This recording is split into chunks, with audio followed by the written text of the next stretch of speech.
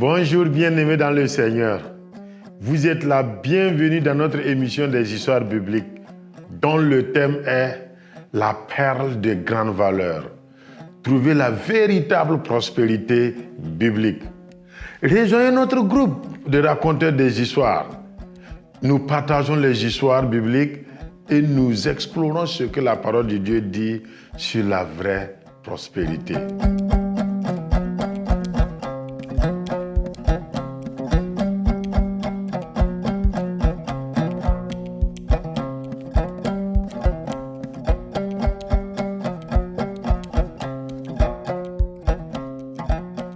Chers amis, bonjour. Bonjour. Comment vous allez? Nous allons bien. Je suis très content qu'on se retrouve encore sur ce plateau ce matin pour continuer notre série des histoires bibliques. Je m'appelle Ayewa Esodina, je viens du Togo. Je voudrais vous raconter une histoire. Le titre de l'histoire, c'est La création du monde des esprits. Au commencement, Dieu crée le ciel, il crée la terre. Il crée tout ce que nous pouvons voir et tout ce que nous ne pouvons pas voir. Après cela, Dieu crée des créatures spirituelles qu'on appelle des anges. Il les a créés pour l'adorer, il les a créés pour le servir et aussi pour transmettre ses messages. Tout ce que Dieu crée est bon. Un jour, un des chefs des anges se rebelle contre Dieu. Il a réussi à convaincre une partie des anges à se rebeller avec lui contre Dieu. Et les anges rebelles là sont les mauvais esprits ou les démons. Les mauvais esprits servent Satan qui est leur chef. Satan et les mauvais esprits parcourent la terre pour accuser les gens, pour les tromper et pour les pousser à désobéir à Dieu. Faites très attention. Parfois, Satan se déguise en ange de lumière. Mais même maintenant, Satan et les mauvais esprits savent que Dieu est plus puissant qu'eux. Dieu a un plan pour Satan et les mauvais esprits. Ils savent qu'ils n'ont pas assez de temps. Et à cause de cela, ils font leur travail avec beaucoup de colère sur la terre. Dieu a préparé un grand feu qui ne s'éteint pas. Et à la fin de ce monde, Dieu va jeter Satan et les mauvais esprits dans ce lac de feu qu'on appelle l'enfer, où ils vont souffrir pour toujours. Toutes leurs mauvaises actions seront détruites pour toujours. Et nous, les enfants de Dieu, nous nous réjouissons parce que notre Dieu, il est plus fort que Satan et les mauvais esprits. Voilà l'histoire que j'avais à vous raconter ce matin. Et cette histoire, elle est vraiment tirée de la parole de Dieu. Merci beaucoup. Merci. Nous arrivons maintenant au moment où nous allons méditer cette histoire pour pouvoir la mettre dans notre cœur au moyen de cette question que nous avons l'habitude de poser. Je rappelle que les amis qui nous suivent de la maison, vous aussi, nous vous invitons à participer à l'émission, à répondre aussi aux questions. Cela va vous aider dans votre vie à découvrir le Seigneur et à continuer par le servir. Donc, qu'est-ce que vous aimez dans cette histoire? J'ai aimé le fait que tout a été créé par Dieu. Très bien. Et ensuite, tout ce que Dieu a créé, ce que nous pouvons voir de nos yeux, et même il existe des choses que Dieu a créées que l'être humain ne peut pas voir. Et Dieu est le créateur de tout ça, je l'ai aimé. Merci beaucoup. Ce que Dieu a créé, c'est beaucoup. Monsieur Seni. Moi, j'ai aimé du fait qu'il y a certains gens qui sont restés fidèles à Dieu. Très bien. Oui, monsieur Amos. J'ai aimé d'entendre que tout ce que Dieu a créé, c'était bon. En tout cas, ça c'est vrai. Merci beaucoup. Pélagie. J'ai aimé la création des gens pour l'adoration de Dieu et son service. Merci beaucoup.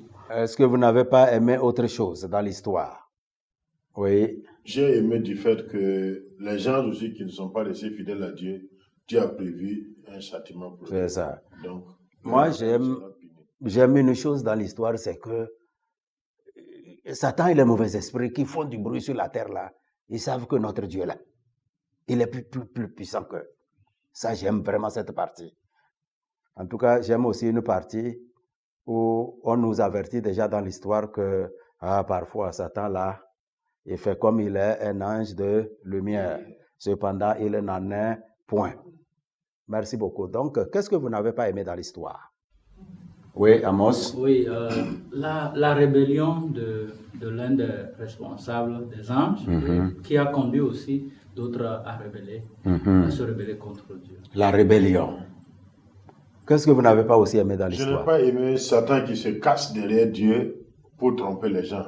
Puisqu'on dit qu'il se fait comme un ange de lumière. Oui. Il fait semblant d'être un bon, pourtant il est mauvais. C'est ça. Et c'est ce que beaucoup de gens utilisent le nom de Dieu, ils se cachent derrière le nom de Dieu et ils font des choses qui ne sont pas vraiment de Dieu. Merci beaucoup. Et les autres, qu'est-ce que vous n'avez pas aimé dans l'histoire? Moi, je n'ai pas aimé le fait qu'ils ont cherché des mauvais anges et puis ils sont devenus Les démons, les les mauvais esprits. et puis ils détournent les gens. Très bien. Donc, merci vraiment, notre sœur. On le voit, Satan et les mauvais esprits, ils sont descendus sur la terre. Et ils ont vraiment une mission diabolique. On nous dit qu'ils accusent les gens, ils les trompent et ils poussent les gens à désobéir à Dieu. Donc, on ne peut pas vraiment aimer ça. Il est vraiment contre nous. Merci beaucoup pour vos réponses vraiment enrichissantes. Alors, dites-moi, quel est le caractère de Dieu dans l'histoire? Dieu créateur. Dieu créateur, c'est lui qui crée. Je vois la puissance de Dieu Oui, dans la création de toutes choses. c'est ça. Donc, Dieu est puissant. Autre chose sur Dieu, encore Pélagie? Dieu sanctionne ou Dieu punit. En tout cas, quand les anges se sont rebellés, ils ont reçu une punition. Ils ont été maudits. Ils sont devenus les mauvais esprits. Dieu est invisible. Oui, il est là, mais on ne le voit pas.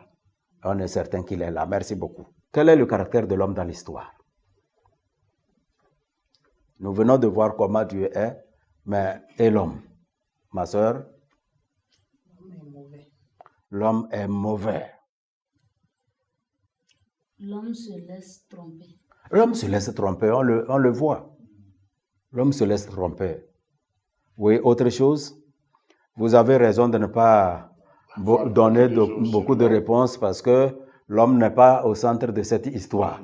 Donc, c'est beaucoup plus les mauvais esprits dont on nous parle. Donc, merci beaucoup. En tout cas, quelle leçon vous avez tirée de cette histoire? Oui. Moi, la leçon que je tire, c'est que je dois faire vraiment attention. Parce que votre histoire nous dit que Satan se fait comme un ange de lumière pour tromper. Donc, je dois être très, très, très vigilant pour que quelqu'un n'utilise pas le nom de Dieu, faire comme c'est pour Dieu et me tromper facilement. Très bien, merci beaucoup pour votre réponse. C'est comme dans notre monde d'aujourd'hui, on dit que tout ce qui brille n'est pas de l'or. Ce n'est pas parce que quelqu'un est là, il appelle le nom de Dieu que tout ce qu'il dit est vrai. Merci beaucoup. Autre leçon que vous tirez, Sœur Bakissa? Je dois aussi obéir Dieu. Oui. Ça montre clairement. Quand on n'obéit pas à Dieu, c'est que les punitions sont là. Autre chose? Je serai fidèle à mon maître. Et ton maître, c'est qui? Oui, Dieu. Très bien. Donc, notre sœur Pélagie sera fidèle à Dieu. Alors, déjà, je comprends que la joie ou la réjouissance, c'est à moi en tant qu'enfant de Dieu ou bien en tant que, enfant de Dieu, parce qu'il est dit que nous, les enfants de Dieu, nous nous réjouissons parce que nous savons que notre Dieu est plus puissant que Satan et ses anges. Donc, je dois me réjouir tout le temps. C'est ça.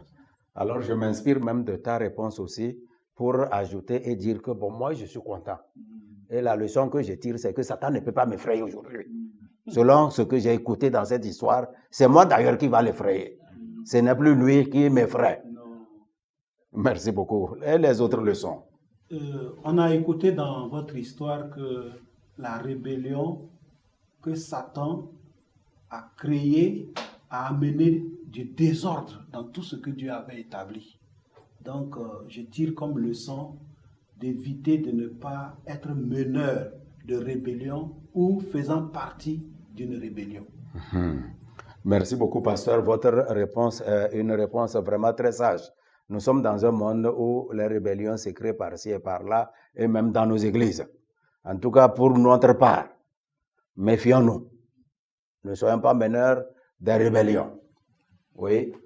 Cette histoire aussi me donne une autre leçon. Et je vais partager avec vous, certainement, et avec ceux qui nous suivent, ça pourra vous aider. Cette histoire m'apprend que je ne peux pas prier pour dire Dieu tue Satan, il faut brûler Satan, Esprit de Dieu, il faut brûler Satan. Parce que votre histoire dit que Dieu a prévu un temps pour ces mauvais esprits et Satan. Donc aujourd'hui, nous pouvons voir des gens qui prient Dieu jette Satan dans le feu, il faut le brûler, il faut le faire. Certains même vont prendre des gourdins et des fouets, voilà, pour et frapper ils frappent le mur Satan. Disant qu'on est en train de fouetter Satan. Donc, je pense que Donc, cette histoire me montre clairement que je n'ai pas besoin aujourd'hui de dire à Dieu de brûler Satan tout de suite même. Non. Merci. Dieu a prévu un temps pour lui. Merci pour ces réponses-là, parce que c'est la parole qui nous éclaire, hein? C'est la parole qui nous enseigne. Les gens disent et font beaucoup de choses, mais vous voyez, la parole nous montre clairement ce que Dieu a prévu pour Satan. Donc, merci beaucoup pour votre participation active. Ça nous enrichit. Je sais que c'est en train d'enrichir aussi tous ceux-là qui sont en train de nous suivre depuis leur maison. Alors, si cette histoire est intéressante et qu'on a tiré assez de leçons, dites-moi, qu'est-ce que nous devons faire pour ne pas oublier cette histoire? Donc, je donne la parole à notre sœur Barkissa. Et pour ne pas oublier cette histoire, je dois raconter. Merci beaucoup. Et les autres, qu'est-ce que vous pensez? Quelle stratégie devons-nous mettre en place pour qu'on n'oublie jamais cette histoire? Nous allons dire la même chose comme la sœur, c'est de raconter l'histoire. Très bien. J'étais dans un village et j'ai posé la même question. Ils m'ont dit la même chose. Que pour garder une histoire, il faut la raconter et la raconter. Donc, soyez bénis. Si vous êtes prêts à raconter, dites-moi, à qui vous allez raconter cette histoire?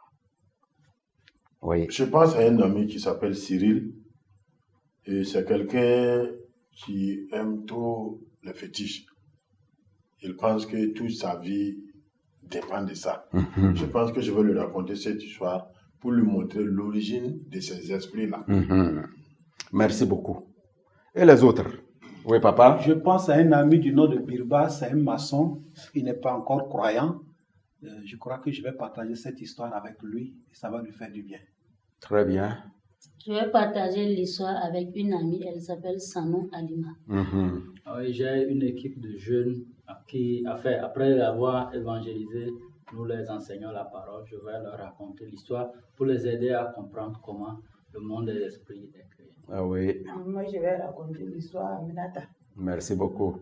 De retour dans mon pays, il y a une association des tradithérapeutes, donc qui tiennent des réunions. Ils ont un bureau où aussi ils vendent les médicaments. De temps en temps, je passe là-bas. Je vais partager cette histoire avec eux. Je sens déjà ce qui va se passer. Ça serait un moment intéressant avec eux pour leur montrer l'origine des mauvais esprits. Donc, chers amis, je voudrais vraiment vous dire merci pour votre participation très active et très bénéfique. Et vous aussi qui nous avez suivis depuis la maison, soyez bénis. Nous vous demandons de poser des questions s'il y en a. En tout cas, si vous avez des doutes quelque part, partagez vos doutes, vos craintes, vos questions avec nous. Soyez bénis et à la prochaine.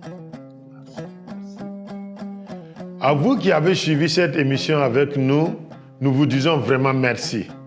Merci d'avoir participé à cette émission aujourd'hui, dont le thème était « La perle de grande valeur, trouver la véritable prospérité biblique ». Quelle vérité Dieu vous a révélée à travers cette histoire? Veuillez les partager avec nous à travers les numéros qui s'affichent sur le bas de l'écran. Nous espérons que vous avez beaucoup aimé ces histoires et que vous serez à la prochaine encore pour écouter beaucoup d'autres histoires.